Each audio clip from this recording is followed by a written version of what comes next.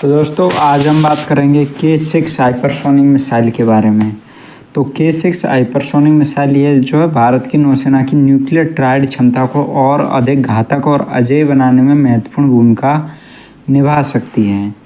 क्योंकि भारत के पास समुद्र से लॉन्च होने वाली हाइपरसोनिक मिसाइल उपलब्ध नहीं है।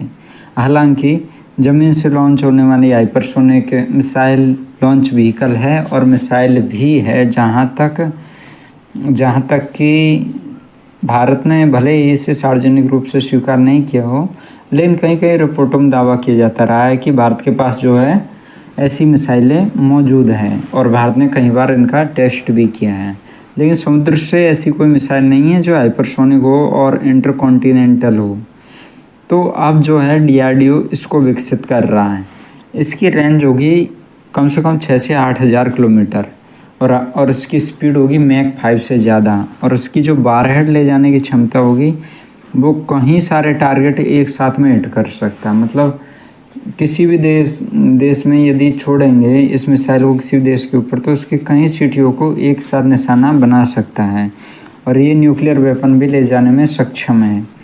इसका जो लॉन्च प्लेटफॉर्म है केवल सबमरीन से ही लॉन्च हो सकती है और कोई लॉन्च प्लेटफॉर्म नहीं है। तो स्ट्रेटेजिक डिफरेंस के लिए इसका प्रयोग हो सकता है कि जब भारत पर कोई न्यूक्लियर हमला हो जाए और बहुत ही अधिक न्यूक्लियर हमला हो जाए तो समंदर के अंदर से सबमरीन के ज़रिए इसे लॉन्च किया जा सकता है, क्योंकि इसे ट्रैक करना मुश्किल है। उसकी जो गति है वो हाइपरसोनिक है, मतलब कि किसी भी डिफेंस सिस्टम की पकड़ में नहीं आएगी।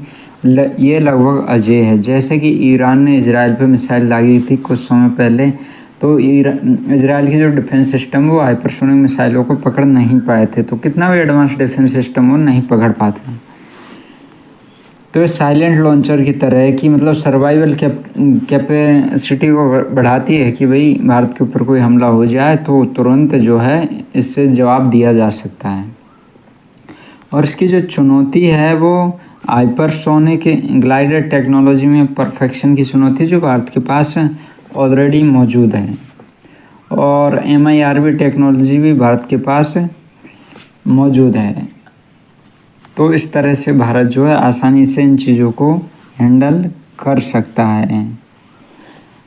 अब मतलब ये एक तरह से इस तरह की अमेरिका, रूस और चीन, ये तीन के पास समुद्र से लॉन्च होने वाली जो मिसाइल है वो मौजूद है जो न्यूक्लियर वेपन ले जा सकती हैं। तो भारत भी उस श्रेणी में अब जो है खड़ा हो जाएगा।